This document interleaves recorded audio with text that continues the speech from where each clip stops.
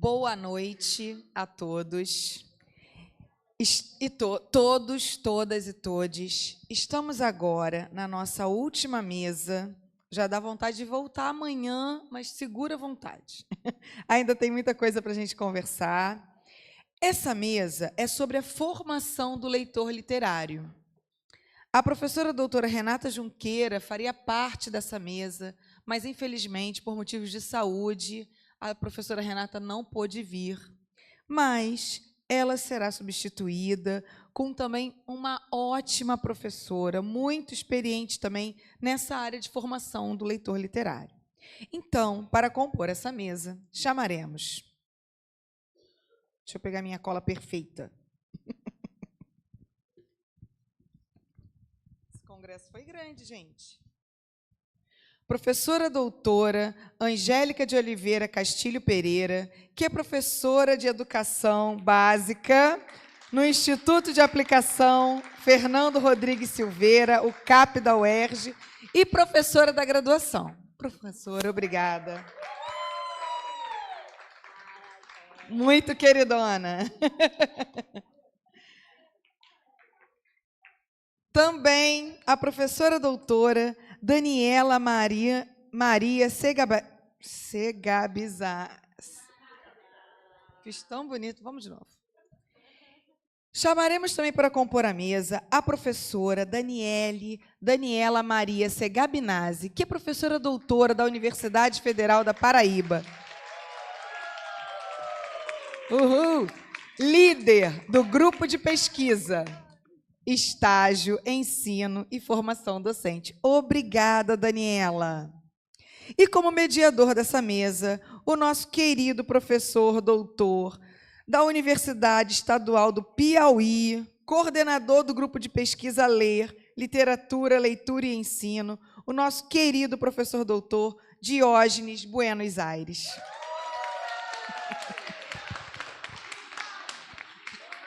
Adorei essa mesa com fã-clube. Não ficou ótimo? Com vocês, a partilha da palavra. Então, boa noite a todos e todas e todes, né? Eu estou aqui na melhor função possível, né? Menos comprometedora, né? Para uma mesa, né? Em que essa é a pergunta, né? Que nós temos, enquanto professores, né? Enfrentado, né? Diariamente, que é o processo de formação de leitores, né? Quando a gente diz que é professor de literatura, a primeira pergunta é assim, me ajuda, como é que eu faço para que meu filho seja leitor, ou a minha turma, né? Então, e eu acho que a gente tem a oportunidade aqui de dialogar com duas professoras, né, que têm essa experiência, né, tanto em nível superior quanto na educação básica, que é extremamente importante, que estão vinculadas, né, ao chão da escola, que é o nosso grande desafio. Então, a gente começa agora com a professora Angélica Castilho, ou a professora Daniela.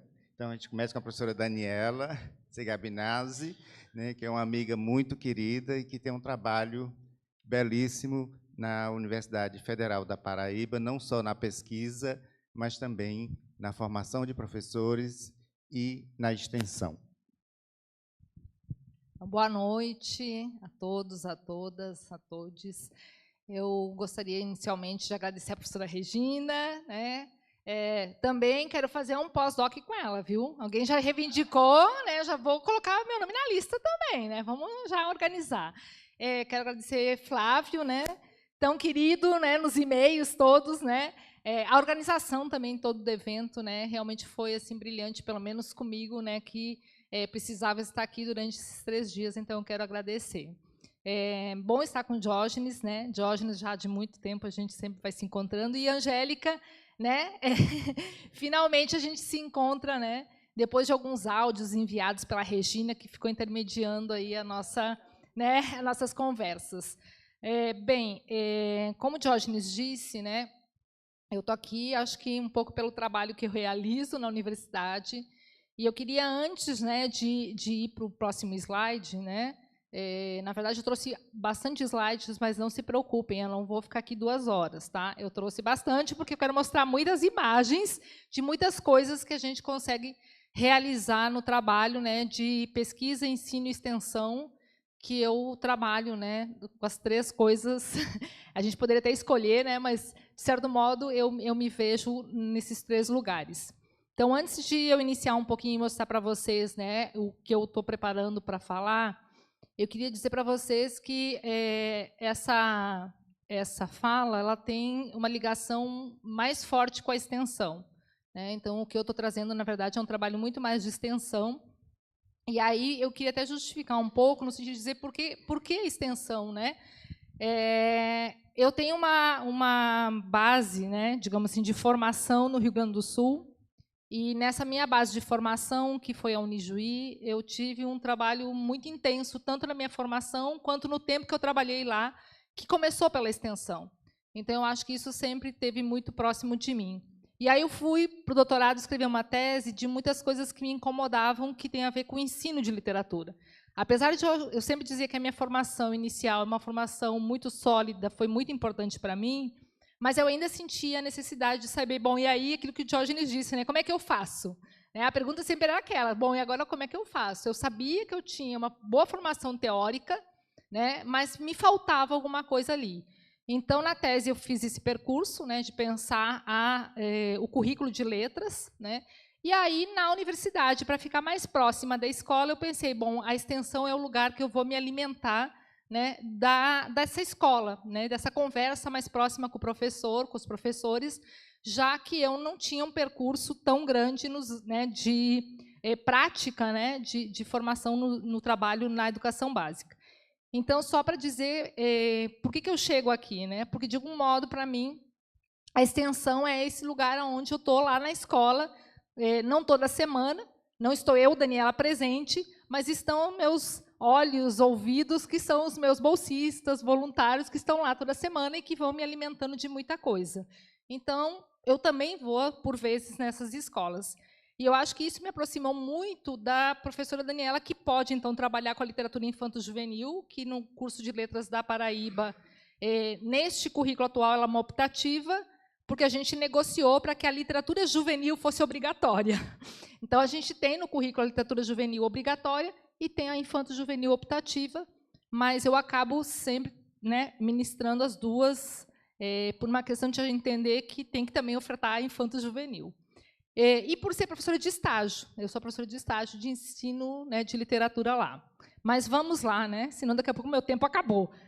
Claudinha, pode passar aí, por favor, o outro slide? Então, eu vou falar da formação do leitor literário, né, que foi o convite, né, que a Regina colocou para mim. E eu não vou falar, claro, de todos esses pontos, mas eu quero apenas situar que esses 4 pontos são importantes para mim quando se fala em formação do leitor literário. E esses 4 pontos eles vão estar amparados não só em teoria, embora eu tenha botado aí algumas citações importantes de autores e autoras que a gente tem utilizado como referência para estudar, para preparar material, para discutir essa relação teoria e prática. Mas são 4 pontos que vão perpassar exatamente o trabalho que eu tenho feito na extensão, na universidade, e que todos eles, então, né, estão aí como respaldo teórico, mas também metodológico. Então, primeiro ponto, né, é falar um pouquinho da escola-universidade e pensar nas práticas, na mediação e os mediadores, né, de leitura literária. O segundo ponto é passar rapidamente, né, por leitores de literatura, e depois, então, eu vou para 2 pontos, que é onde eu vou me estender um pouquinho mais para mostrar para vocês como é que a gente vai, então, trabalhar a formação de leitores no espaço da escola e no espaço da universidade. E aí a gente foi assim, como assim, né? Na universidade? Sim, eu acho, né, que a gente precisa formar leitores também na universidade. Muitos alunos nossos, né, chegam num curso de letras, pelo menos, né, na minha realidade, lá na Universidade Federal da Paraíba, muitas vezes eles chegam realmente com pouquíssimo repertório, né? E aí, ou nenhum, ou não leem, né? Inclusive, às vezes, né, eu faço até uma pesquisa inicial na primeira aula de literatura infanto-juvenil, por exemplo, para fazer um perfil desse meu aluno, né, para saber o que ele lê, enfim. Então, eu estou colocando aqui a formação de leitor na universidade porque eu acho que, sim, a gente também precisa estender a formação de leitores na universidade. Não é algo que a gente só faz nos anos iniciais. Muitas vezes a gente pensa isso lá para as crianças, anos iniciais, um trabalho, né, bem fortalecido, enfim, bem realizado, e aí a gente vai, aos poucos, abandonando. Inclusive, nos anos finais, que é o que eu tenho trabalhado agora nos últimos 3 anos, a gente vai percebendo que, de fato, há um abandono maior para essa formação se estender.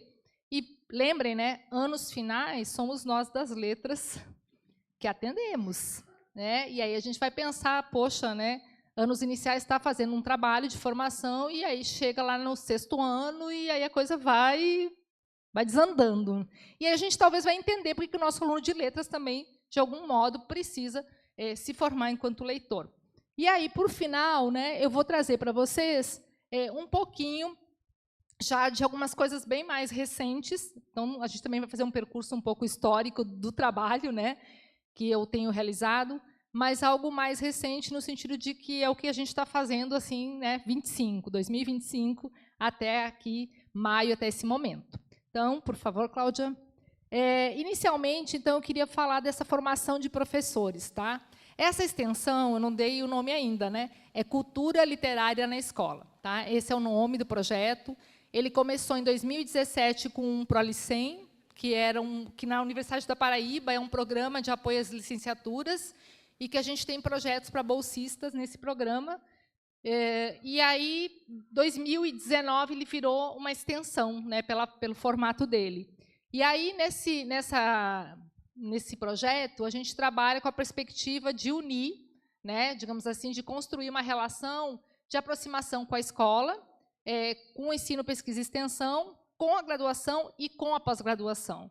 Então, nesse sentido, eu tento reunir todo mundo, né, alunos da graduação e da pós, mas que vão para a escola semanalmente. Claro que nem todos vão toda semana, mas alguns vão semanalmente. E a outra coisa que, digamos assim, é um pilar né, da extensão é o fato de que a gente quer trabalhar com os alunos na escola, mas, ao mesmo tempo, a gente também quer trabalhar com os professores lá na escola.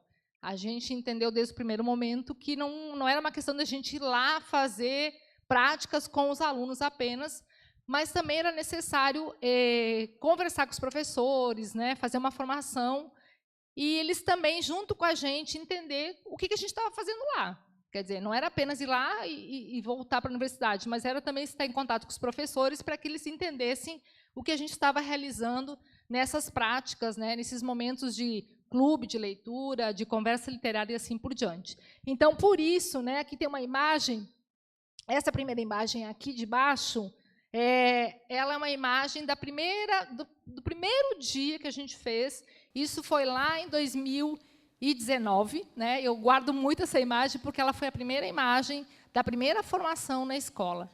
E aí eu quero só fazer um parênteses. A gente começou com escola de anos iniciais. E como é que a gente chegou nessas escolas? A gente chegou por pesquisa. A gente foi por um PIBIC, que a gente fez um levantamento sobre as leituras e as práticas nas escolas, e aí a gente foi conversando com as escolas para aquelas que teriam interesse em receber, né, uma formação, um trabalho de extensão.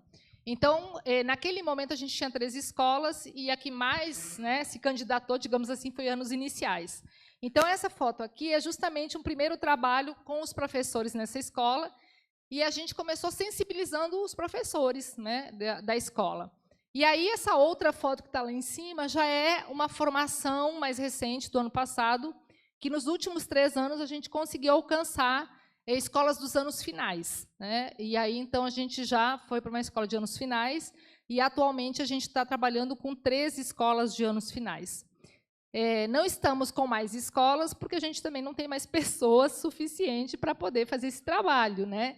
As meninas são voluntárias, o grupo tem atualmente 14 voluntárias e uma bolsista, a gente já chegou a ter 23, mas assim, né, não tinha realmente como atender todos os pedidos. Então, esse então trabalho de formação, né, ele passa, né, por algumas percepções, como eu disse, né, até conceituais do nosso grupo e dos nossos estudos, que é o que a Colomer diz para a gente, né?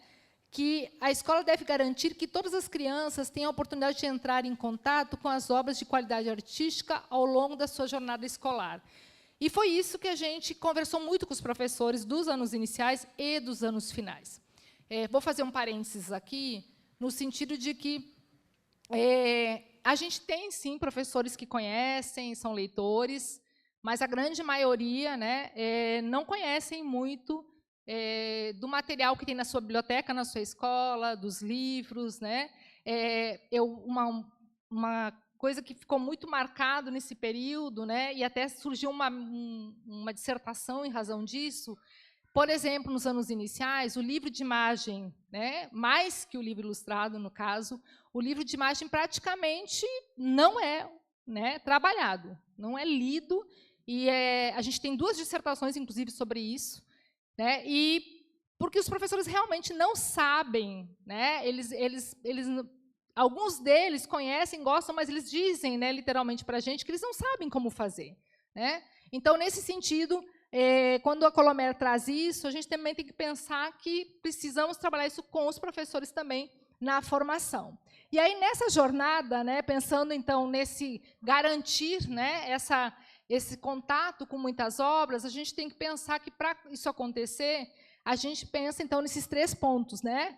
Obras que incluem aí, né, desafios, ou seja, né, aquilo que a gente, de certo modo, sempre fala, né, qualidade, mas o que é isso? Né? São obras que sejam extremamente desafiadoras para as crianças, para os nossos jovens leitores, para os nossos alunos e para nós adultos, inclusive. Né? Que estimulem, então, esse leitor dentro desse desafio, desse percurso de leitura. A gente também pensa, né, que, para pensar essa formação leitora, além, digamos, das obras desafiadoras, e aí tem que pensar que obras desafiadoras passa também pela seleção. Né? E aí é outra questão que a gente precisa trabalhar muito, tanto na formação inicial quanto na continuada, né? Que é a seleção. Quer dizer, como é que eu seleciono? Eu lembro que muitos alunos às vezes perguntavam assim para mim, né? Como é que a senhora descobre tanto livro? Como é que a senhora achou esse livro? Né? Enfim, porque muitas vezes não entendiam, né, como é que faziam esse processo de reconhecimento e de seleção. Um outro ponto que a gente vem estudando do ano passado para cá, né, é a mediação. Então, a gente coloca ali, né, a questão de mediadores, professores leitores, né, e a mediação. Esse é um ponto que a gente está mais, nesse último ano, a gente está mais, né, se aprofundando mais ainda nessa discussão. Claro que a gente faz isso desde que o trabalho é realizado, mas a gente tem ficado muito na mediação, porque, de fato, não é muito simples pensar que é pegar um livro, botar embaixo do braço e ir lá ler para os seus alunos. Né? Tem muito mais coisas para se realizar nesse processo da leitura, nesse processo que acontece a conversa, nessa conversa que você tem que compartilhar, partilhar, tem que saber como mover as vozes dessas crianças, né? Como é que elas vão dialogar, como é que uma vai conversar com a outra. Então, o trabalho de mediação para a gente, agora no último ano, tem sido o trabalho que a gente está mais, não vou dizer preocupado, né, porque todos são importantes, mas a gente se concentrou em estudar um pouco mais a mediação. E aí, por último, né, as práticas que né, compartilhadas de sentidos. Então, esses são os 3, digamos assim, pilares para pensar, né, esse processo de formação leitora e que precisa ser compreendido por professores, mediadores. Eu falo professores porque a gente está pensando sempre em escola, né? Mas é claro que todo mundo que trabalha com mediação, seja em clubes, e hoje a gente tem muito clube de leitura por aí, também penso que passa por essa discussão. E aí, então, né, quando a gente vai para a questão da mediação, eu tenho aí um trabalho que eu realizo, eu estou aqui, né, desse lado. Do outro lado está a minha aluna, ela já foi minha aluna, ela já terminou o mestrado e ela está na escola, né, que é a Stephanie, que é uma grande parceira, né, nesse lugar que eu digo que tem muita gente que escuta e ouve por mim nos lugares. Né. Então, aqui eu trago para vocês um conceito do Munita, do Felipe Munita. Né, ele tem agora o livro traduzido no Brasil, que é o Eu Mediador, né, Mediadores. E aí o Munita vai, nesse livro, construir o conceito de mediação para a gente, né? Desde um conceito mais amplo, né, até chegar a um conceito mais específico da mediação da leitura literária. E é com esse conceito que a gente vem trabalhando, em que ele diz, né, o mediador escolar de leitura literária é um educador que intervém intencionalmente na construção de condições favoráveis para que seus alunos se apropriem das produções culturais e participem do mundo da escrita. Espera-se que a experiência de aprendizagem mediada estimule processos de mudança e construção de sentido no aluno, ampliando, assim, suas formas de diálogo consigo mesmo, com os outros e com o mundo. E aí tem algo que eu acho que é importante, quando ele fala logo no início, né, que é um educador que intervém intencionalmente. E por que eu estou destacando essa palavra, né? Porque isso leva a gente a pensar que a gente precisa planejar. Que quando a gente vai, né, para uma sala de aula, ou vai para um clube de leitura, enfim, vai fazer algum tipo de atividade que envolva a ideia de formar leitores, a gente não pode simplesmente sem... Né, não, eu conheço o livro, eu gosto do autor e vou lá e vou conversar sobre isso. Na escola, a gente precisa fazer o planejamento. Então, quando ele coloca essa ideia de intencional, é realmente no sentido de que eu esteja, né, preparando, organizando para fazer esse trabalho de mediação. Claro que muita coisa escapa, óbvio, né? A gente sabe disso, né? Quando eu trabalho com estágio, eu fico o tempo inteiro dizendo isso, né? A gente planeja, mas o momento da coisa acontecer, a gente não tem controle, né? Então, de certo modo, muita coisa escapa, mas eu acho que, pelo menos, a gente garante que vai chegar em algum lugar num planejamento. Pode passar. E aí a gente chega no segundo ponto, né? Que são os leitores e a literatura. E aí eu trago uma outra citação da Colomer. É só para pontuar mesmo, como eu disse, esses dois tópicos iniciais é mais para a gente pontuar coisas que estão ligadas assim, ao aporte teórico que a gente tem estudado na extensão. E aí eu acredito que, quando a gente estuda isso na extensão, a gente também já está vislumbrando que a gente também estuda na pesquisa e nos grupos de pesquisa ou na própria pós-graduação. A Colomer vai dizer para a gente, né, que interpretar é o trabalho do leitor, é o objetivo da educação literária.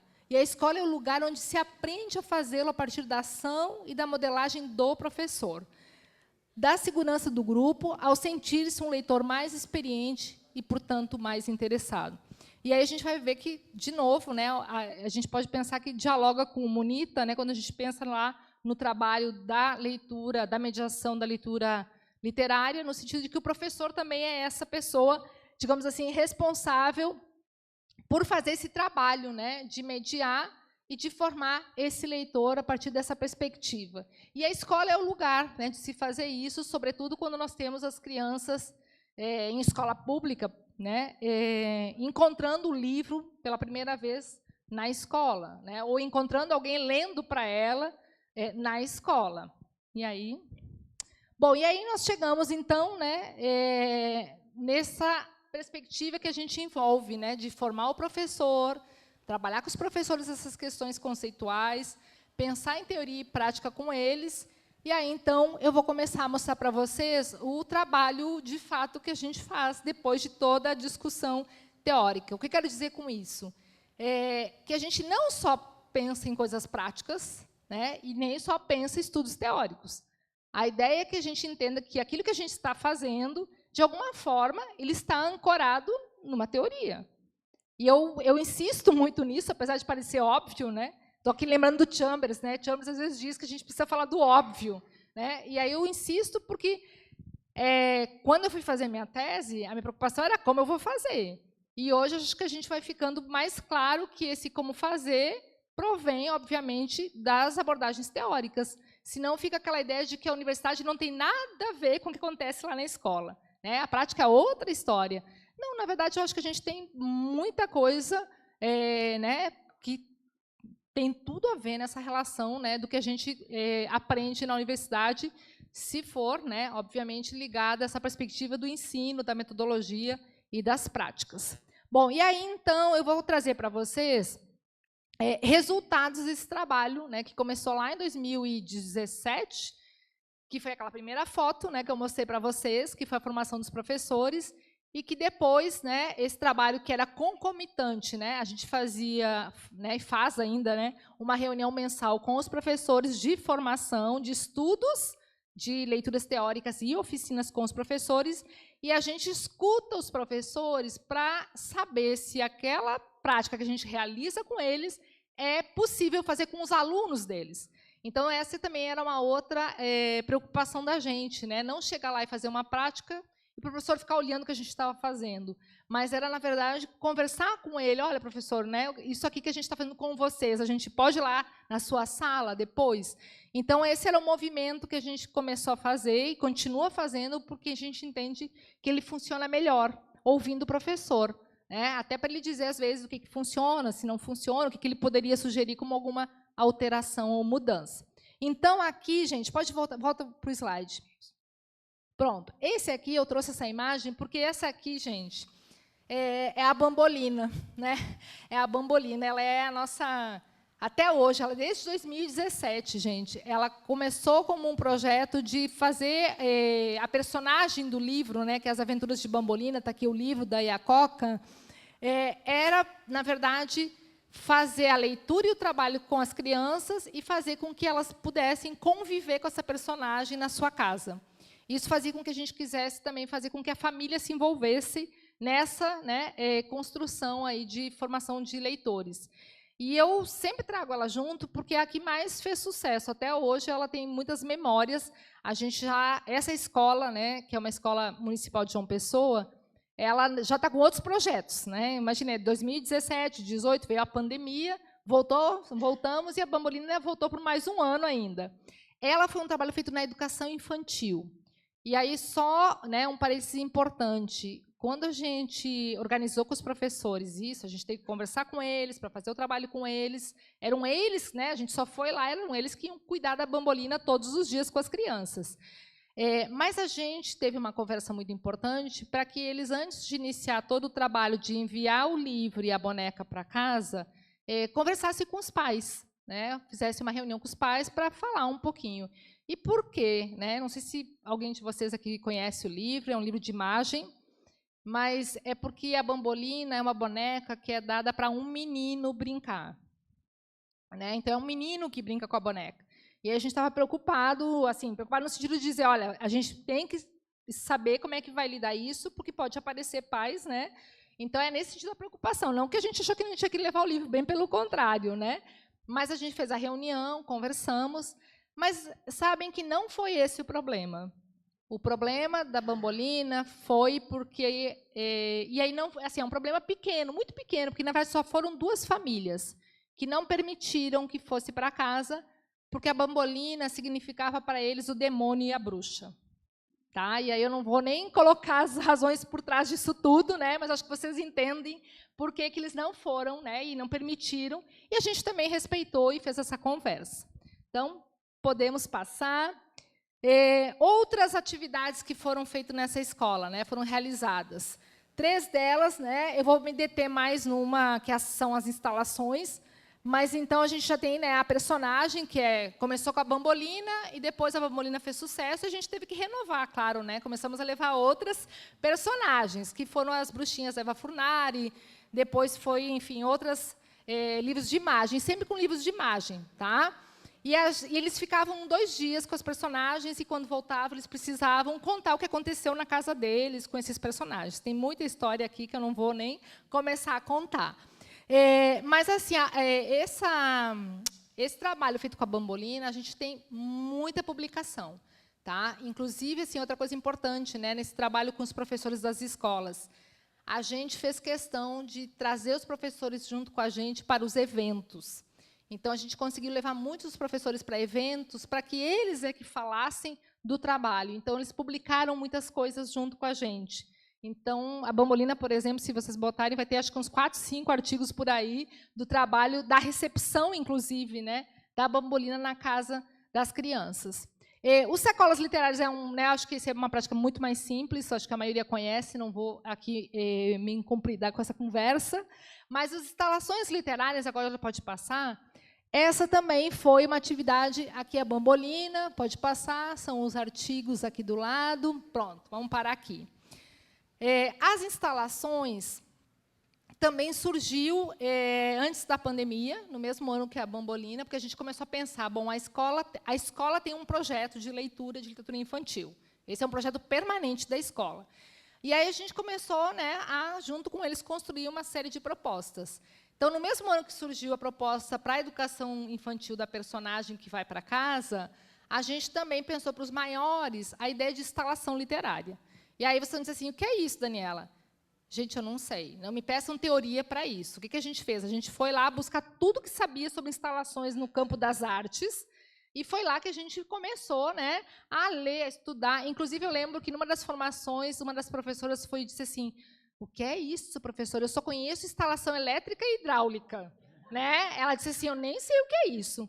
Aí, gente, olha o que eu fiz. Quando eu estava saindo, viajava alguma coisa ou outra, eu via uma instalação, eu tirava foto e eu mandava para o pessoal da escola. A gente lia, enfim.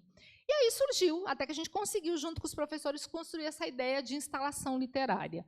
E aí, o que é isso, né, gente? Na nossa, né, concepção e formação que a gente fez, né, a gente começou a ler as obras com as crianças, reler obras com as crianças, e, a partir daí, a gente começou a selecionar o que a gente ia fazer, se era um autor, se era um gênero, se era um tema. E aí, junto com os professores, a gente foi, então, decidindo o que a gente faria como instalação. Então, a primeira instalação... ela não está aqui, né? Não está aqui, não. Mas a primeira instalação é a obra Roupas de Brincar.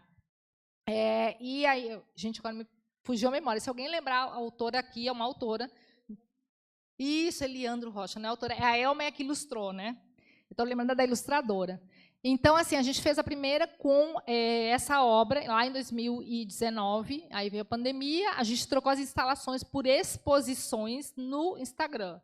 Né? Aí a gente fez todo um trabalho, que eu nem vou aqui também, é outro parênteses enorme, né? Que a gente fez durante 2021 para não abandonar o trabalho. Então, a gente conseguiu achar uma maneira de manter o trabalho com essa escola. Aqui nas instalações, vocês vão ver, né? E aí, como eu disse para vocês, também vai ter um capítulo sobre instalações que a gente realizou e que a gente tentou registrar do início ao fim, até os resultados que a gente também colocou dessas instalações. Essa aqui já é uma instalação de 2022, está aqui, né? Do Severino Rodrigues, né? Autor lá de Recife. E a gente também tentou escolher algumas obras de pessoas próximas para poder ir até as escolas. Fabiana, eu vejo você, eu lembro de Passo Fundo. Né, fazer esse trabalho de levar escritores e escritores, né, para as escolas, para as jornadas, trazer muitos escritores para conversar, né, com os leitores. Pode passar? Gente, eu vou correr. Olha só, essa aqui é com a Maria Valéria Rezende, acho que alguns de vocês conhecem, ela tem obra adultas, mas tem infantil, pode passar. 22 também. Essa aqui foi uma instalação de 23, né, com a obra Letras de Carvão.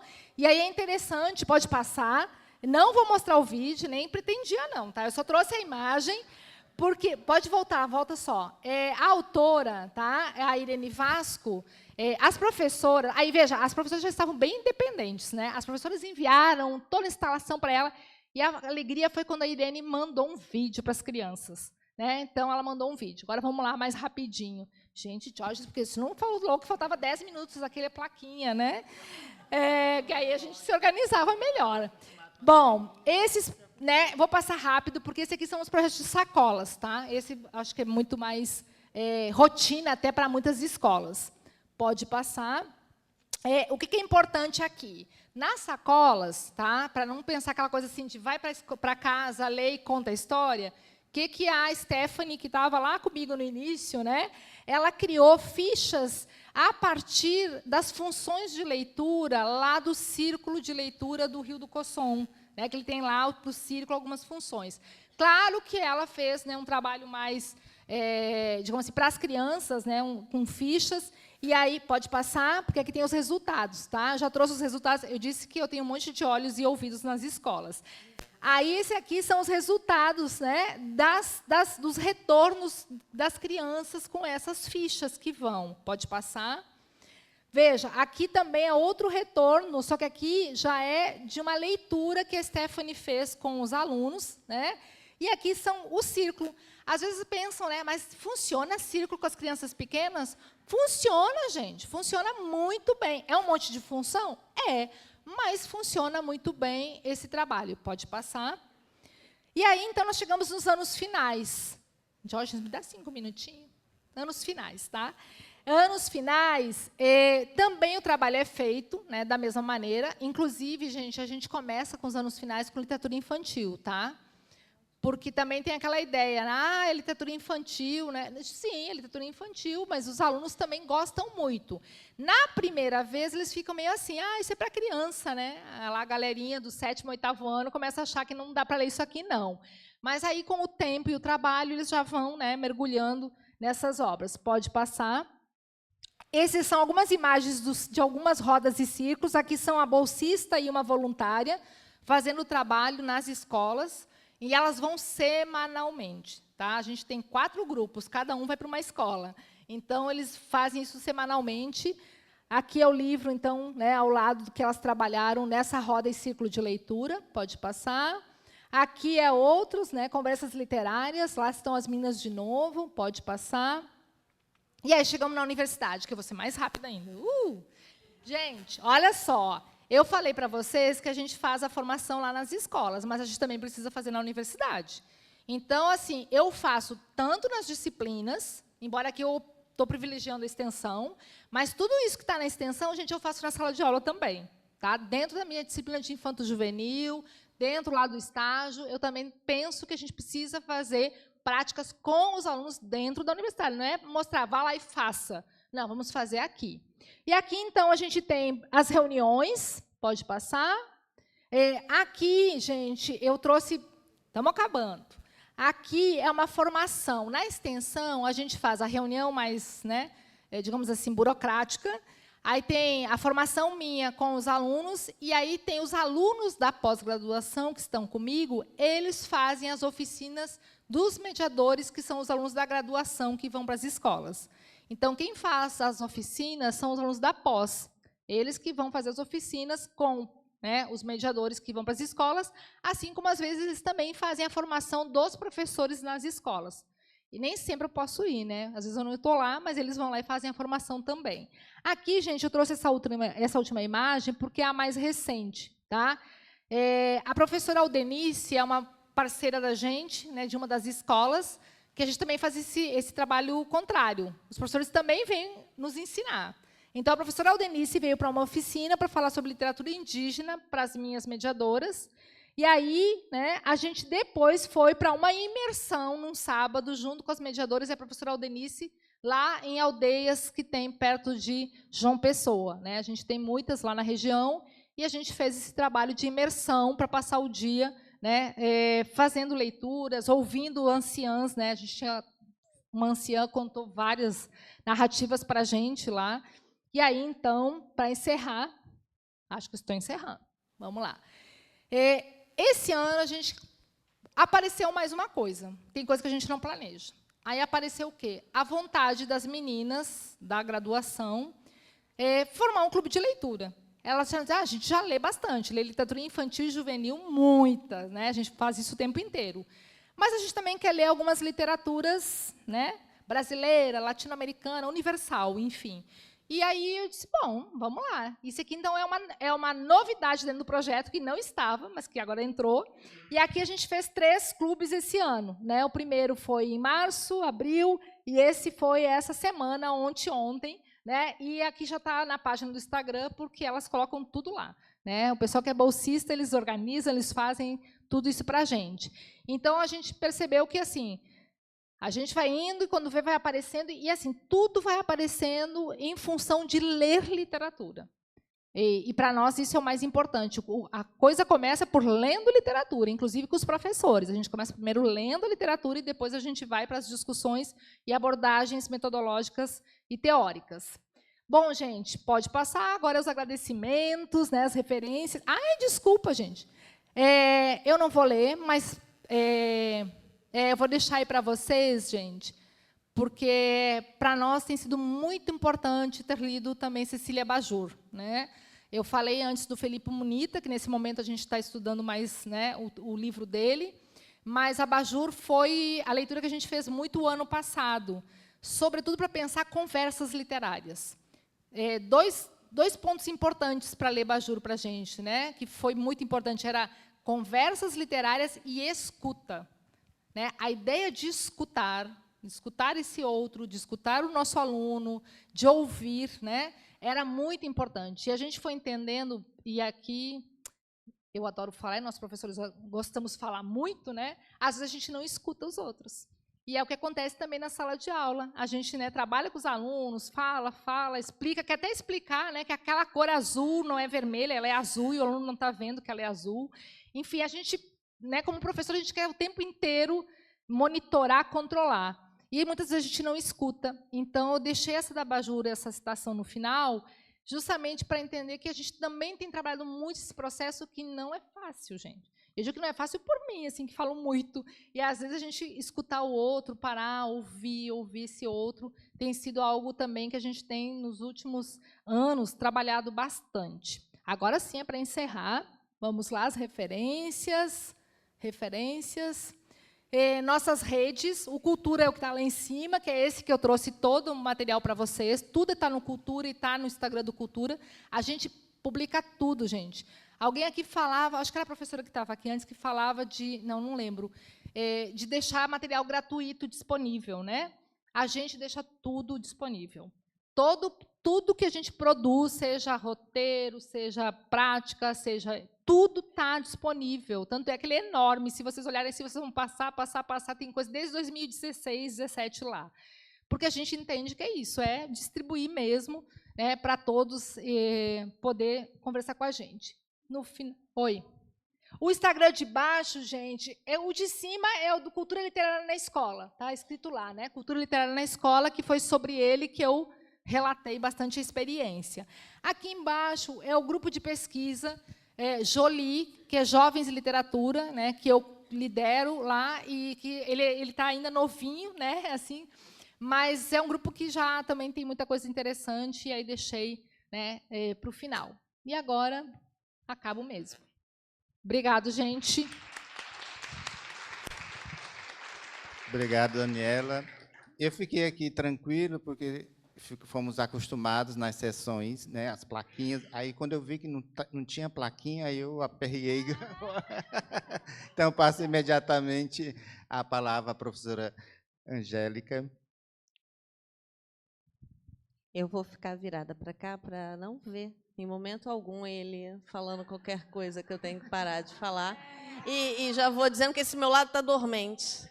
Então, eu também não vou sentir nenhuma cutucada. Gente, boa noite. Eu venho agradecer a Regina, a Flávia, sumiu, né, pelo convite, pela gentileza do convite. Queria agradecer a professora Maria Tereza Tedesco, que me deu régua e compasso nessa universidade, né? E para a Regina, Seve, Cacau, todas as meninas, cadê a Helenzinha? Que ficavam o tempo inteiro falando, olha, você tem que conhecer a Regina, que não sei o quê. Nossa, como assim vocês não se conhecem? Porque aí, com a régua e compasso da Tereza, eu consegui fazer meus rabiscos, né? Então, assim, é um agradecimento gigantesco, né, a respeito disso.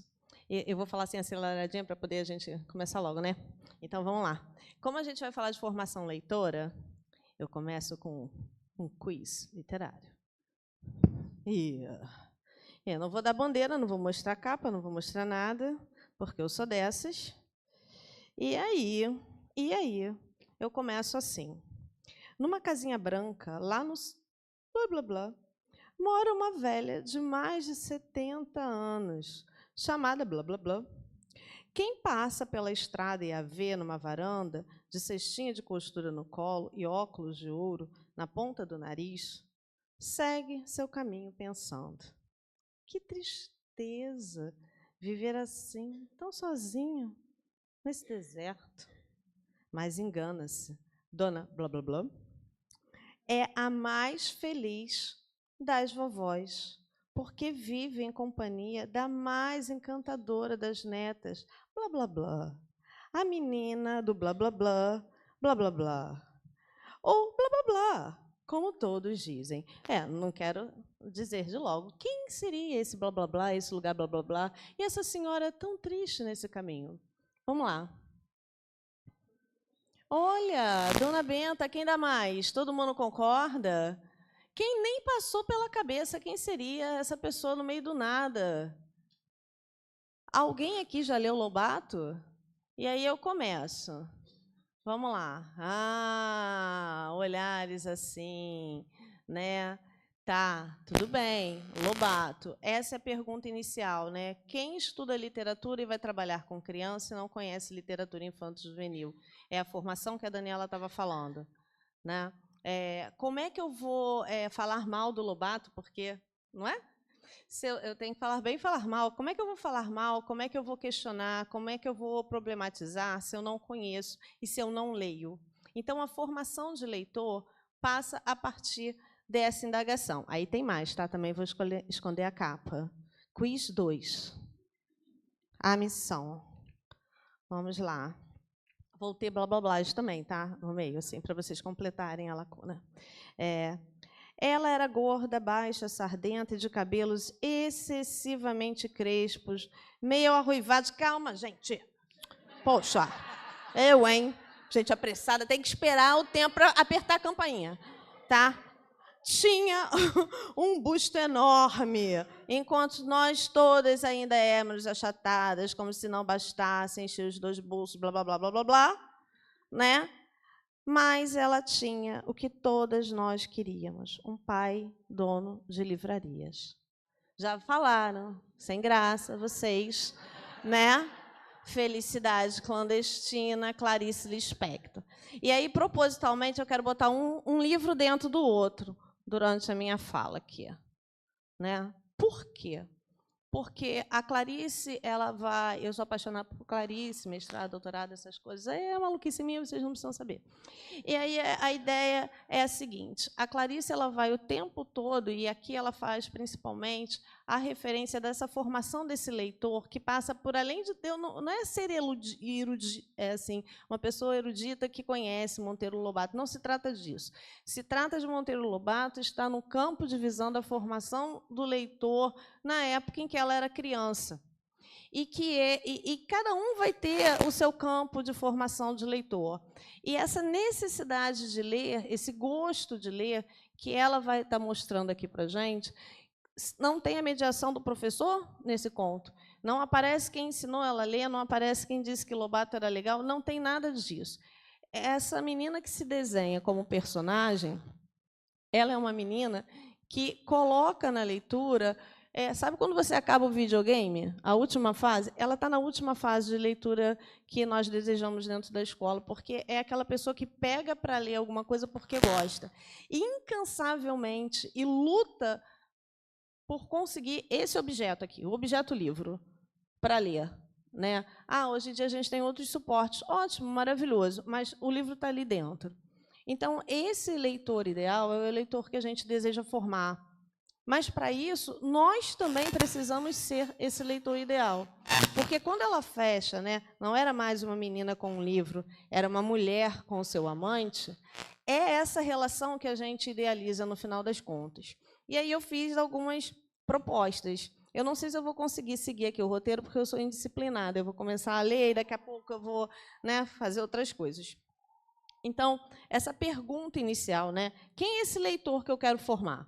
E aí eu me coloco, né? Eu acredito que cada indivíduo possa possuir a sua resposta.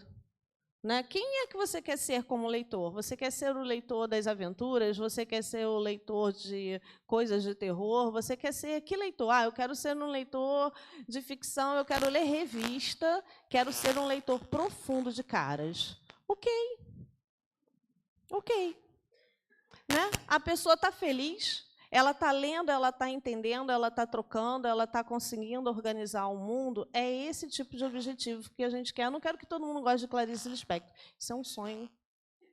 Mas, não é? Eu não quero que todo mundo goste de Clarice, mas eu preciso me desprender, enquanto formadora de leitor, dos meus desejos e dos meus autores, para que alguém construa os seus próprios desejos, os seus próprios autores, e que também se torne autor, que foi o que aconteceu com a Clarice. Então, assim, eu posso estar abrindo várias possibilidades quando eu possibilito que alguém escolha. E aí, seguindo, né? Eu acredito igualmente que a escola, como espaço em que o literário surge, em parte como atividade, né, variada, né, em parte como disciplina, blá, blá, promove muitas vezes o primeiro encontro marcado. E por ter esse caráter de encontro marcado, é preciso pensar e repensar a relação entre leitor e texto, tendo docentes e profissionais da educação infantil e da educação básica como mediadores de prática de leitura e, sobretudo, leitores em um cenário de construção mútua de sentidos do texto e do mundo. Por que eu tenho que ter um mediador? Porque, primeiro, a pessoa nasce analfabeta. O óbvio, né? Então, dentro desse óbvio, como se ensina a ler? Para além, viu?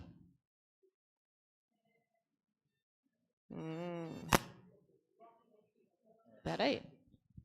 Tá bom. Melhorou? Não tem som?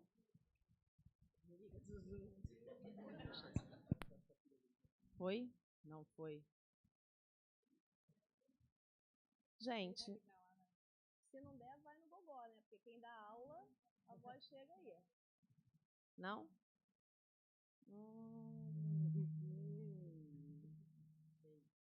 Foi. Gente, o que é isso? São espíritos do microfone? Oi. Oi. Alô? Alô, você. Foi. Então, tá bom. O que acontece? Eu estava aqui engatada, tá? Me parei. Mediação, tá?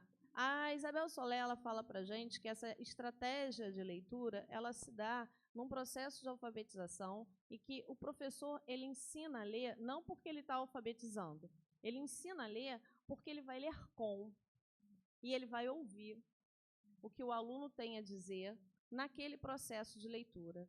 Então, a mediação não é só você estar ali assim, aí, lê o primeiro parágrafo, ainda está aí, vai para o segundo. Não.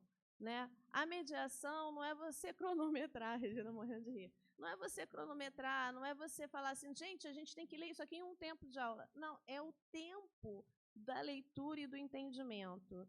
Então, por mais que a gente planeje, por mais que a gente consiga colocar objetivos, tetos na nossa prática, o que a gente vai ter é um gosto de ler, é tornar essa leitura efetivamente prazerosa.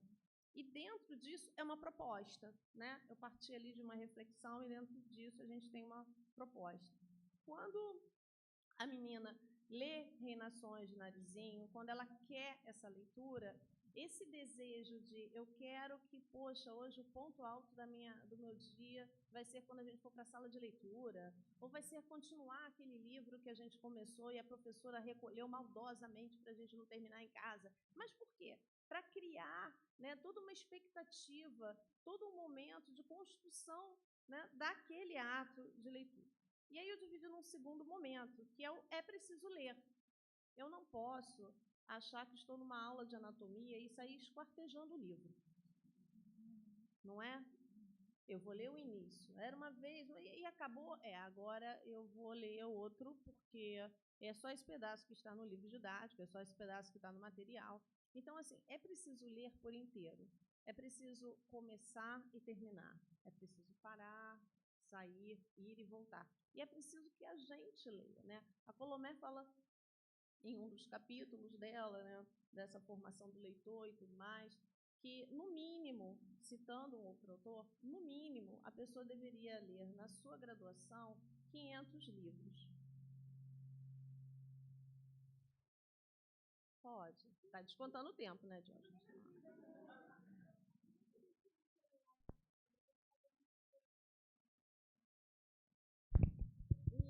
Teste, som. Teste, som. Teste, som. Vocês viram que isso é simbólico, né, gente? Celular dando interferência. Perceberam o universo dando uma mensagem para a gente? Tá bom, né? Eu acredito em sincronicidade junguiana. Eu acho que tem... Tem gente que acredita em Jesus, eu acredito em sincronicidade junguiana. Então, vamos lá. Né? É preciso ler, é preciso construir, passa por esse caminho da formação desse professor leitor. Poxa, mas 500 exemplares numa graduação? Assim não dá. Como é que vai ser? Ler é um exercício. Né? E não é à toa que o Enem colocou questões com caputes gigantes, porque o primeiro treino ali é saber se a pessoa tem fôlego de acabar a leitura, de acabar a prova. Né? E não é uma leitura assim, eu li. Não, é o letramento literário. Né? É preciso deixar claro que a gente tem que batalhar em sala de aula, não é alfabetizar o aluno, não é falar, nossa, ele não sabe ler, né? Escreveu casa com Z, que absurdo. Né? Ele sabe exatamente o que é a casa, então ele está alfabetizado e é uma questão de ortografia, e sabe-se Deus quando será o novo acordo que a casa pode vir a ser com Z. Né? Depende de quem queira colocar no acordo alguma coisa. Então, essa construção, essa formação do leitor é a formação que Roland Barthes fala para a gente, que a literatura tem um papel fundamental na constituição de humanidade. Né? E aí ele cria aquela imagem maravilhosa de que pode faltar tudo, só não pode faltar literatura, porque todos os saberes estão ali e tal. É claro que ele não está falando isso em termos técnicos, né? Ninguém vai ler, vai ver um filme, vai ler um livro, vai a uma exposição e vai sair dali pintor, cineasta, escritor. Não vai sair dali o médico que ele reconheceu dentro daquela narrativa, mas traz as referências e as representatividades a partir de um olhar de alguém. Por isso que a gente tem tantas representatividades dentro da literatura, porque ela dá conta dessa diversidade. Então, a partir do momento que você amplia, né, o horizonte de leitura do seu aluno, é a proposta 2. Né? Como eu faço isso para formar o meu leitor? Eu preciso partir do universo dele. Né? Freire fala isso para a gente, e a estética da recepção fala isso para o aluno de Teoria da Literatura 4 na UERJ. Não é? Né? Para que eu estou vendo isso? Você está vendo isso para que você entenda que, quando você chegar em sala de aula, você precisa reconhecer qual é aquele universo, o que você pode oferecer e agradar, tipo, né, a isca com peixe. Né? Agradou? E aí você vai puxando até você ir oferecendo outras coisas. Então, essa é uma ideia. O celular de novo, né? Nova mensagem do universo para mim? Não. Então, o que está acontecendo? Eu tenho essa ampliação de leitura, a estética da recepção vai falar isso, Roland Barthes vai falar isso para a gente, que a gente tem aquelas possibilidades, e a partir do momento que eu vou apresentando mais universos, eu também vou me apresentando universos como professora, como mediadora, né? E eu vou compartilhar com eles essas coisas. Eu não posso trabalhar todo ano o mesmo livro, gente. Não dá. É outro público. Eu sei que a preguiça é grande, né? A preguiça que habita em você, habita em mim, saudemos as nossas preguiças. Mas não dá para ser assim. Eu já trabalhei na rede pública estadual, com aquele salário maravilhoso que todo mundo conhece, né? E tendo que ficar fazendo verticais e tendo 12 tempos num dia só. Poxa, eu tenho fôlego para ficar escolhendo muitos livros e vendo o que você gosta para eu trazer para você uma coisa diferente. Né? Você tem uns momentos assim, mas você precisa levar textos gigantes? Aí a gente entra numa outra questão. Eu posso levar textos variados, de acordo com as turmas e os interesses, mas que sejam textos pequenos. Eles vão estar lendo. E aí a gente não volta para a anatomia da literatura, cortando as partes. Eu vou ler o texto inteiro, eu vou conseguir fazer isso. Isso é um encaminhamento de uma formação de um leitor. Eu apresento a ele um texto todo, ele vê sentido naquilo, porque ele conseguiu aprender uma totalidade. Não existe texto pela metade. Eu posso adaptar uma coisa aqui ou ali, vamos voltar ao Tio Lobato, né? lá em Dom Quixote das Crianças, ele já diz que não é o Dom Quixote de Cervantes, mas ele dá ali uma aula para a gente de como mediar leitura. A dona Benta se rende à necessidade da Emília, que diz que quer tudo muito clarinho, igual clara de ovo. Com aquela língua, ela não estava entendendo. Então, assim, você leva aquele momento, e Todorov vai confirmar isso também, dizendo que ele começa com muitas adaptações, mas isso não impediu que ele fosse ler outras coisas. E a gente vai juntando essas peças e vai vendo que esse processo de formação de leitor, viu, já abandonei o texto, né? Que esse processo de formação de leitor realmente é um processo de você conhecer quem é o seu leitor, senão não vai dar certo. Não adianta falar, nossa, mas Machado de Assis é o cara. E aí eu levo uma turma de 6º ano. Se você não levar aquele conto da escola, que eu acho que é o único que a galera do 6º ano vai ver assim, é mesmo, algumas pessoas são privilegiadas por serem filhos de alguém dentro da escola. Ele não vai fazer uma relação, porque ele ainda não viveu por muitas coisas que estão ali. Então, a gente precisa realmente apresentar a partir do conhecimento de mundo que a criança tem. Lá vou eu pulando aqui as coisas. E aí tem a Soares, ainda tem tempo, já? Então, eu tenho aí a Magda Soares, a Marisa Lajolo, né? Eles vão falar de um processo de escolarização, sobretudo a Lajolo, eu adoro que ela é ácida, né? Para falar as coisas. Fala, também com esses professores, como assim? Né? E a Soares, ela indica a questão da escolarização. Então, quando a gente fala em literatura infantil e juvenil, tem que estar muito claro na nossa cabeça que ela nasce na escola, para a escola, com a escola, blá, blá, blá, tudo na escola.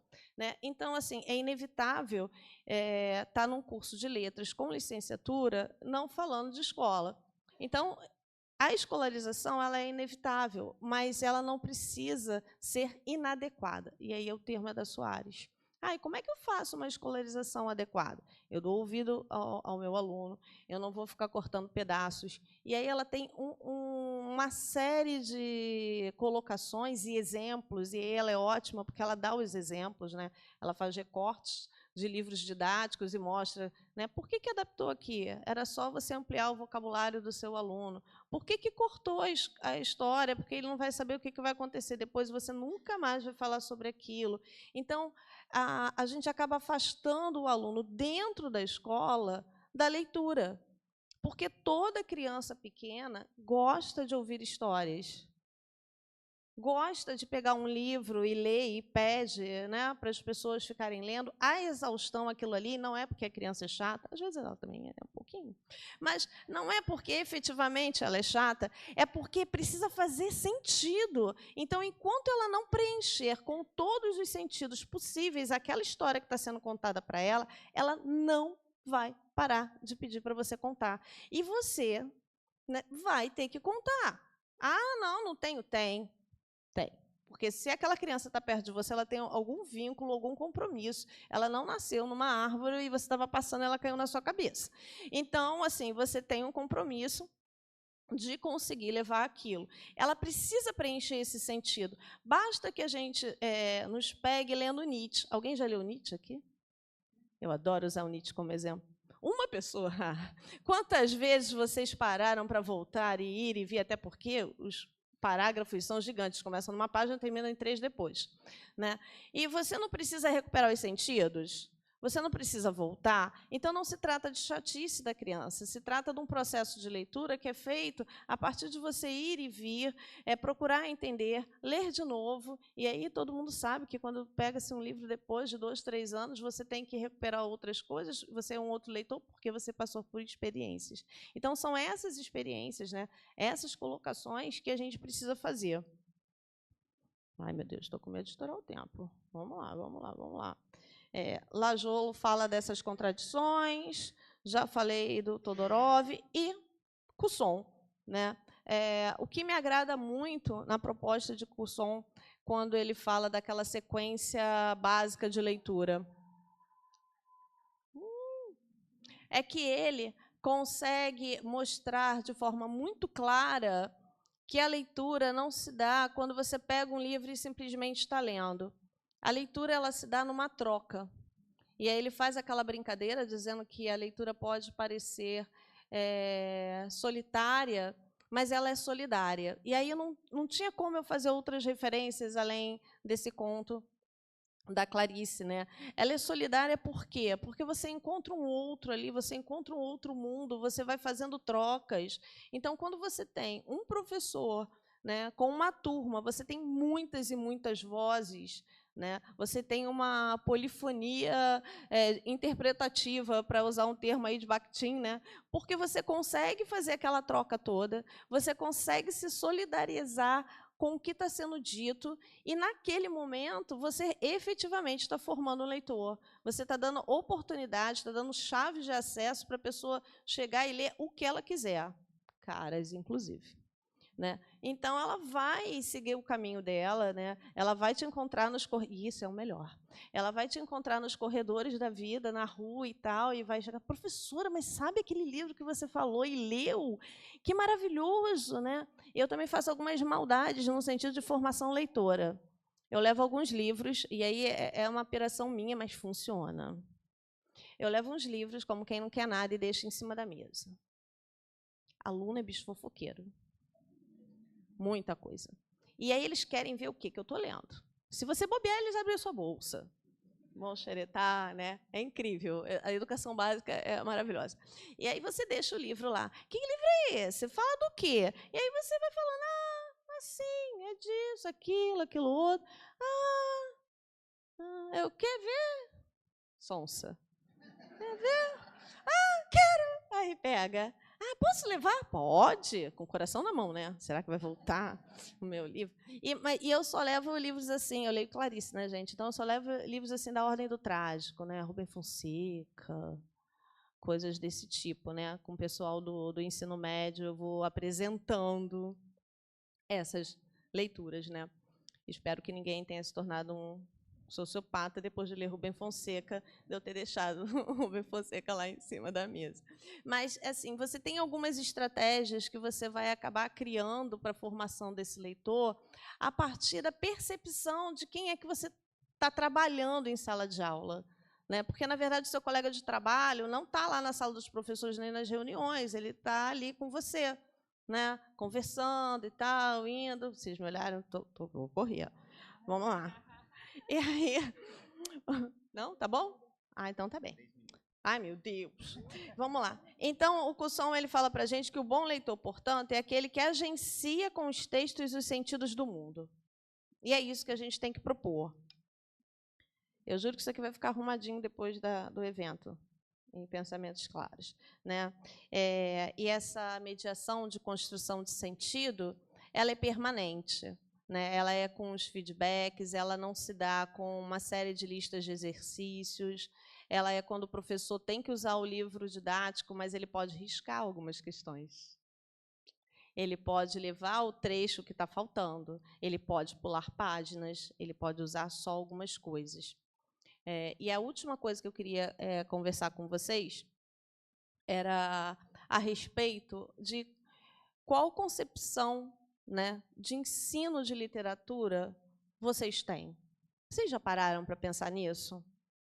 O que eu entendo por literatura e o que eu entendo por ensinar literatura?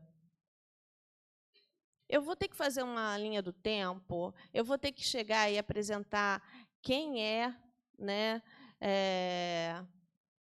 Lá vai, serve. Quem é Lobato? Ele nasceu em... Ele fez isso, aquilo outro. Olha, Dona Benta é Benta, mas o nome dele tem Bento aqui também. Você já leva a sua leitura para ele. Você permite que eles digam assim, nossa, professora, que livro chato, a gente não quer mais ler isso, não. E fecha e vamos para outro. Quem é o professor que está ali dentro? Né? Qual é a aula de literatura? A literatura, ela se ensina ou ela se compartilha? Porque não é oficina criativa. E aí eu acreditaria que poderia ser ensino de literatura se a gente fizesse uma oficina criativa e todo mundo fosse escrever um texto, alguma coisa ali. Então, é arte, gente. Não é outra coisa. Então, eu não vou ensinar arte, eu vou ensinar Picasso. Não tem como. Não, né? Então eu não posso ensinar arte, eu posso compartilhar arte, eu posso compartilhar a leitura que eu tenho daquilo ali, eu posso levar, né? É um ato de generosidade. Educar é um ato de generosidade. É o que está em você e que você acumulou na sua vida, que você está compartilhando com alguém. E isso é educar qualquer coisa. Eu vou dar aula de matemática. É a matemática que está em mim, que habita em mim, que habita em você, e nós vamos trocar a nossa matemática. Então, assim, não tem como, não está, né?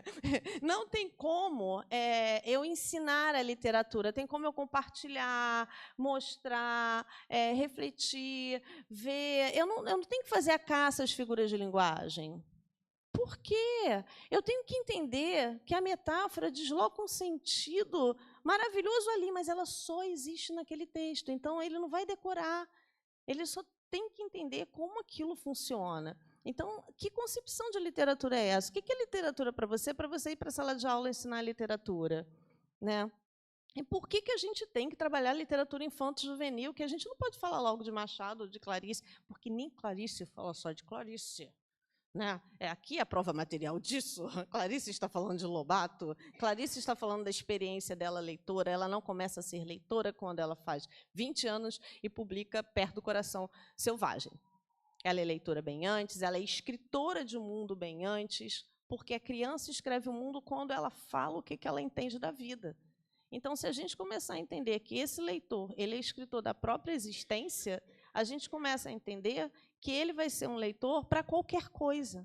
Ele vai ler a sua cara feia quando você chega na sala e vai perguntar, professor, o que aconteceu hoje? Aí você fica assim, nossa, fiquei feliz agora, ele é um leitor.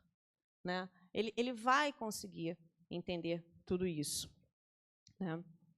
E ele vai conseguir ler Chapeuzinho Vermelho em todas as versões, ele vai conseguir fazer todas as associações possíveis, e ele vai entender, no final das contas, que assistir aos filmes da Disney é só entretenimento, não é literatura. E aí eu acho que, depois de malhar Disney, eu posso encerrar minha fala, e vocês podem perguntar o que vocês quiserem.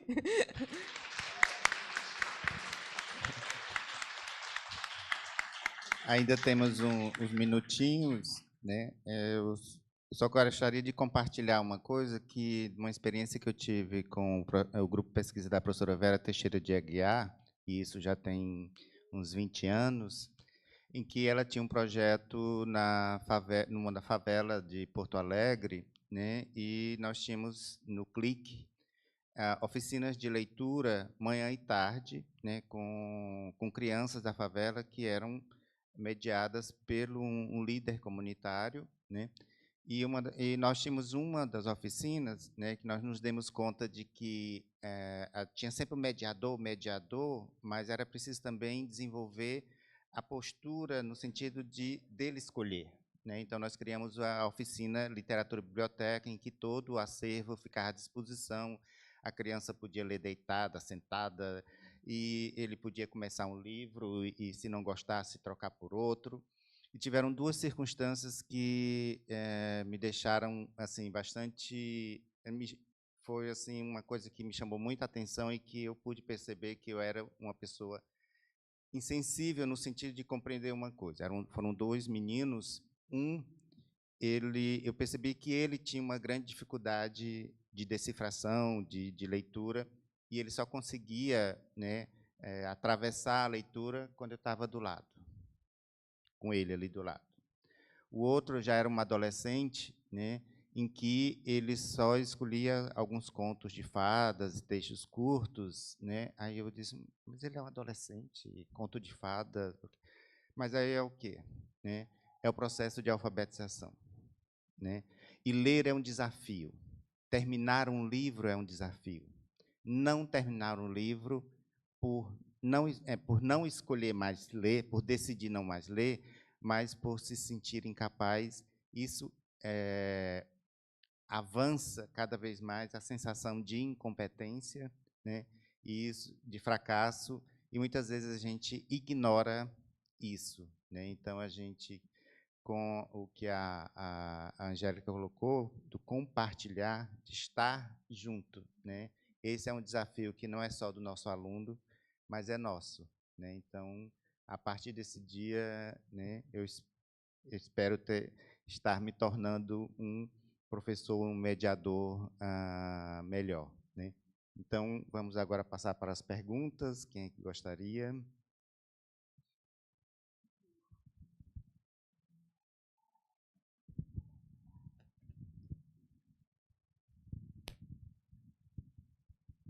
Oi, gente, boa noite. Eu já estava triste, achando que não ia dar tempo de fazer a pergunta. Eu queria... É para as duas, né? Acho que pode ser para as duas. A professora Daniela estava falando, né? Estava falando sobre os projetos de extensão, de leitura e tal. E aí a senhora citou os anos finais, né? Eu sou professora de anos finais há pouco tempo. E, ao longo do congresso, eu tenho pensado muito, como muitas coisas que eu tenho ouvido, é sobre anos iniciais, né, em que o professor fica ali com a turma. E eu fico assim, tá, mas como eu posso fazer isso? Porque, né, às vezes, o professor ele é professor de linguagens, né, ele vai trabalhar ali português, produção textual. No caso da minha escola, eu trabalho só português e tenho uma professora que trabalha produção textual. E, teoricamente, ela lê e produz com eles e eu dou gramática, teoricamente. E aí eu tenho pensado sobre quais maneiras, né, qual olhar, como pode ser esse trabalho com a literatura dentro desse contexto de anos finais, né, em que você tem menos tempo com a turma, e também dentro desse contexto em que você não é o único professor de linguagens, o que, a princípio, eu acho bom, porque dá para fazer um trabalho conjunto, mas nem todo mundo quer fazer um trabalho conjunto, nem sempre é possível fazer um trabalho conjunto. Às vezes você nem encontra o professor ali, né, entre os diferentes dias. E eu acho que a senhora, com a experiência, né, toda experiência, mas falando também especificamente aí das rodas de leitura com Fundamental 2, dos anos finais, né, professora Angélica também, lá no CAP, não sei se vocês têm, né, visões a respeito disso, de como essa formação do leitor literário pode se dar de maneira mais prática aí nos anos finais.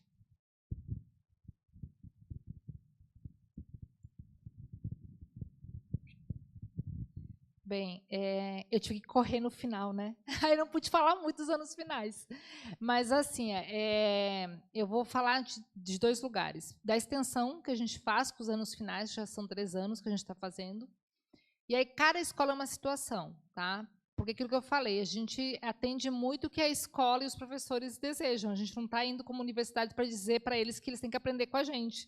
Não é isso. Tanto é que eu falei que muitos professores vêm até a universidade nos, né, ensinar também, né, fazer esse diálogo, na verdade. Então, assim, no caso da extensão, o que acontece? Tem sido feito a ideia de clube de leitura em turno inverso, e uma das escolas optou por fazer o trabalho na sala de aula junto com a professora. A professora fez essa opção. Então, ela mesma diz, olha, uma vez por semana eu trabalho clube de leitura com os meus alunos. Então, um horário da semana vai ser na biblioteca com toda a minha turma, é uma professora de 8º ano. Então, assim, tem funcionado dessa forma, toda terça-feira, né, lá das 2 às 13 e pouquinho, mais ou menos, é o horário que essa professora, junto com bolsistas e voluntários, que sempre eles vão em duplas, né, faz o trabalho de clube de leitura. Aí o clube de leitura, assim, cada obra, né, tem um trabalho diferente. Às vezes é o círculo, as funções, às vezes é uma função, às vezes é só uma conversa literária, né? A gente está falando do compartilhar, né? Então a ideia é essa, né, do conversar. E aí as obras também surgem muito nessa conversa de escolha do que tem na biblioteca da escola. Também a gente tenta, né, trabalhar nesse sentido. O outro caminho, né, e aí já é mais difícil eu faço formação de professores lá na rede. Né, eu que trabalho com todos os professores dos anos finais, eu já estou no 2º ano trabalhando com eles. Então, assim, há uma diversidade imensa. Primeira coisa, tem muito isso que você falou. Há pouca, por isso que eu falava antes, né, a gente faz um trabalho, vamos dizer assim, bem perto do que os anos finais fazem, nos anos iniciais, e nos anos finais realmente é um problema. Tá? A gente não tem quase um trabalho com a leitura de literatura nos anos finais. Eu estou, como eu falei, estou há 1 ano e meio com os professores, e olha que assim, eu tenho que trabalhar com língua e literatura com eles. Mas eu sempre começo com literatura. Então, isso que a Angélica fez de começar por uma leitura é o que eu faço, ainda que depois eu vá para um outro caminho. Mas, assim, eu percebo, né, do ano passado para cá, que os professores começaram com esse trabalho da gente, né, fazer uma sensibilização, fazer uma leitura com eles, né? Então, os professores foram fazendo um movimento, né? Alguns, não todos, poucos, mas aí eu acredito, de novo, né? Estou lembrando, só não estou esquecendo aqui da professora que estava aqui, né? O nome dela. Karen, isto, né? Eu também acredito nesse trabalho assim de que, sabe, é um passinho pequeno, mas é um passinho. Então, assim, o que eu percebo é que os professores começaram a fazer um movimento de trazer mais o texto literário para a sala de aula e trazer na ideia de leitura compartilhada mesmo, de escuta, de conversa, não para fazer essa coisa, né, de fazer escansão, de fazer, não é isso. Eles estão realmente trazendo. Então, é um trabalho também de se espelhar um pouco nos anos iniciais. É aquilo que eu falava antes, né?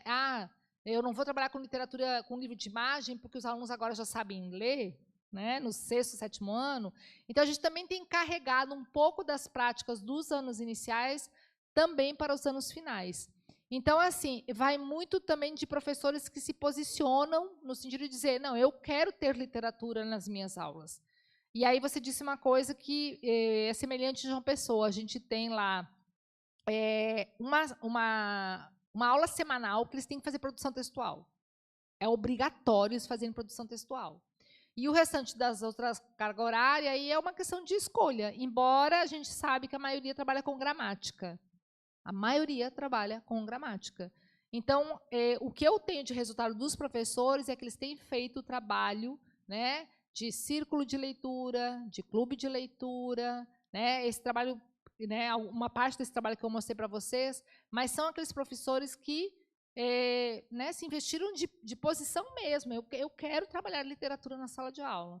Então, acho que esse é o caminho, assim, né? Ele é um caminho aos poucos, né, com poucos, mas há um movimento que eu percebo se alargando ali, pelo menos, talvez, pelo contato da gente estar lá com eles, né, fazendo esse trabalho de formação, que a gente precisa muito, né? A formação continuada é super importante, justamente porque a formação inicial não dá conta, a gente sabe disso, né? Mas eu acredito que a gente vai em, não pouco tempo, né? Mas em algum tempo a gente vai ter, sim, esse movimento. E aí, só para fechar, porque a Angélica vai falar um pouquinho, talvez, também, outra questão que eu acho que também apaga um pouco a literatura nos anos finais é porque a gente tem lá a língua portuguesa, né? Então, assim, muitas vezes dizem assim, não, é língua portuguesa. Eu disse, tá, mas a gente não tem literatura não ali, né? Então, também tem uma série de coisas que faz com que os professores não trabalhem. E, por último, boa parte também não lê literatura. Né? E aí também a própria seleção, escolha, repertório, para, né, o que fazer, o que levar para o seu jovem. Então, muitas vezes, aí vai, né, aquelas obras, outras, que nem sempre dialogam com esse interesse do leitor. Ellen, eu recupero tudo isso que a Daniela falou e eu acrescento o seguinte, é também uma questão política. Quando você diz que a aula é de língua portuguesa, você já direciona que você vai trabalhar só construção de linguagem, análise de linguagem, tudo isso. Segunda questão política, dividir essas disciplinas. Então, a experiência que você viu lá no estágio, no CAP, do Fundamental 2, é a não divisão. Você tem 5 tempos semanais para dar conta disso tudo. E aí você consegue fazer a unidade temática, né? Você lê um texto, a felicidade clandestina, discute felicidade e tal. Qual é a concepção desse substantivo abstrato para formar o conhecimento desse conto? E aí você integra a gramática à construção de sentido no texto. E o que é felicidade clandestina para você? Você já caiu na produção textual. E aí você amarra tudo bonitinho. Isso é o sonho de qualquer um. Mas quando a gente chega, e olha que é um colégio de aplicação, quando a gente chega no ensino médio, você já tem a divisão horrorosa entre as disciplinas. Você tem lá literatura, língua portuguesa, aí quando chega no 3º ano, literatura, língua portuguesa e redação. Então, o que a gente está fazendo enquanto a gente não consegue colocar no papel uma reforma que a gente já fez, porque a gente não acredita naquilo, a gente acredita no tio Travaglia e no tio Geraldi, que dizem para a gente que o ensino tem que ser produtivo, integrado e tudo isso. E aí, o que a gente faz? Já conseguimos colocar um professor só dando aula de língua e redação, né? E, às vezes, por uma questão de horário, a gente não consegue alocar a língua, redação e literatura com o mesmo professor, porque ele consegue fazer essa dinâmica ali, porque é muito difícil você encontrar as pessoas, como você sinalizou, né? O horário não bate, você sai dali e vai para outro colégio e tal. Às vezes você não tem afinidade com a pessoa, somos seres humanos, né? E aí, como é que você vai trabalhar com uma pessoa que você não tem muita afinidade? Então, assim, é uma série de questões, mas passa por uma questão política. Ele já está falando que é língua, né? Ele está separando. E não existe ensino de língua sem texto. Alguém aqui fala, cadeira, cansado, viagem, veio. Pô, tu tem que juntar tudo ali. Ele está cansado da viagem, ele precisa de uma cadeira. Alguém fala da forma inicial que eu disse? Não, né? Então, a gente fala num texto. Então, dentro disso, as pessoas precisam, no óbvio, né, se mancar que precisam partir do texto, comentar o texto e voltar para o texto. Não tem como ser de outra forma. É de preferência para um texto literário, em aulas que você tem que trabalhar sentidos mais referentes a experiências humanas, né? O texto literário ele vai falar muito disso. Eu posso começar sobre uma notícia, sobre uma livraria, mas aí eu acabo aqui. E aí eu posso fazer um combo de vários textos, entendeu? Bom, agora nós temos que encerrar, né? Então, eu quero agradecer o convite da Regina e do Flávio e toda a organização, e assim do privilégio de estar novamente aqui, né? Nós tivemos antes da pandemia, né? E que bom que a gente consegue estar aqui de volta. A homenagem, né, ao Nicolau, que é um amigo nosso, né, muito querido, né? E agradecer agora, né, a Daniela Segabinazzi, a professora Angélica, né, por essa aula, né, sobre a formação de leitores, né, e das inquietações, né, das suas falas, né, em nós e das provocações, né, e de que a gente possa conseguir fazer, né, pelo menos 10%, né, do que elas têm conseguido fazer e que a gente possa ter, né, coragem, né, como nos pede Guimarães Rosa, né? É isso. Muitíssimo obrigado. Venham para a foto final. Enquanto elas estão arrumando a foto. Eu queria pedir uma salva de palmas para a professora Regina, porque se não fosse ela, a gente não teria isso. E a gente precisa disso, 8 horas da noite, numa sexta-feira, a gente está aqui.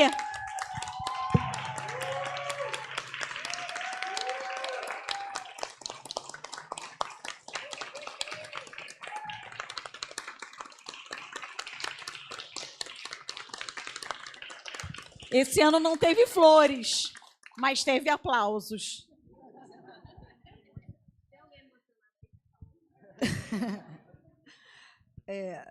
Assim, não é bem verdade, né? É um trabalho que se constrói também como formiguinha. Jorge lembrou, 2019, nós tivemos 1/3 do público de agora, né? 2021 foi online, já foi assim, né, online. E agora nós tivemos muitas inscrições, 21 simpósios, e isso não se faz sozinha, né? Flávio está comigo desde o primeiro, Eveline estava trabalhando tanto que eu falei, não, ela tem que vir para a coordenação geral, não é justo, porque ela pegou várias, né? A gente esquartejou um pouco. Angélica, deu certo. Angélica também, a gente formou algumas comissões, a comissão financeira, Angélica, Rejane e a Ellen foram responsáveis por fazer toda essa parte de conferência do que entrou, do que saiu, ainda vão fazer. Ellen está nessa função desde 2019, era a chefinha do grupo, continua sendo novinha, era a mais nova do grupo, graduação, agora ela é mestranda, mas continua sendo a chefinha, né? Tivemos a comissão que organizou toda a parte de lançamento, livraria, não? ficou a cargo da Rejane, Felipe, Eveline. Eveline cuidou de toda a parte das salas, Flávio cuidou da parte de auxílios, né? Vai cuidar agora da publicação, a publicação é com ele e o Dialogarte. Então, a gente vai assim dividindo para compor, né? E, gente, é uma coisa, se nós não tivéssemos pessoas tão brilhantes como nós vimos aqui, inclusive trabalhos de comunicação, nada disso faria sentido. Então, o brilho, né, desse congresso, ele se constrói de todas essas falas. Eu pedi à Cláudia, tira uma foto, porque, olha só, sexta-feira, para mim, esse auditório está repleto. Está repleto, gente. Pelo amor de Deus, olha só, 8h15, e nós estamos aqui, sabe? Uma mesa, parece que foi assim, de encomenda, né? A fala de Dani, eu chamo ela de Dani, desculpe. A fala da Dani, super, né, alegre, entusiasmada. A fala da Angélica, gente, se não fosse esse tom dela, eu acho que, né, quem aguentaria sexta-feira à noite? Não. A gente acredita, né, que ela tentou? A gente acredita.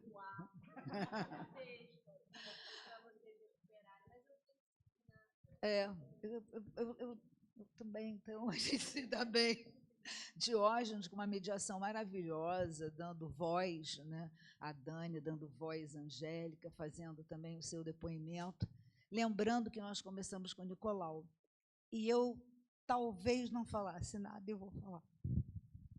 Agora engajou. Eu estou com essa chave de propósito. Foi ele que me deu em 1970, em 2019, quando ele veio aqui. Não ia comentar, mas já que vocês voltaram, foi a minha assim, homenagem. Hoje era uma homenagem silenciosa, que ficou comigo o dia inteiro. Tem outra aqui, que eu trouxe casaco, de manhã estava muito frio, falei, não, vou levar um casaco, todo mundo fala. Trouxe uma outra mais densa, mas foi essa que ficou o dia de hoje, e foi a minha homenagem a ele. E aí a gente aproveita para agradecer esse público lindo que está aqui, esses professores que vão construindo, e nos aguardem, porque nós teremos muitas novidades, certo? Contamos, estamos juntos nessa empreitada? Então, tá bom. Gente, muito obrigada.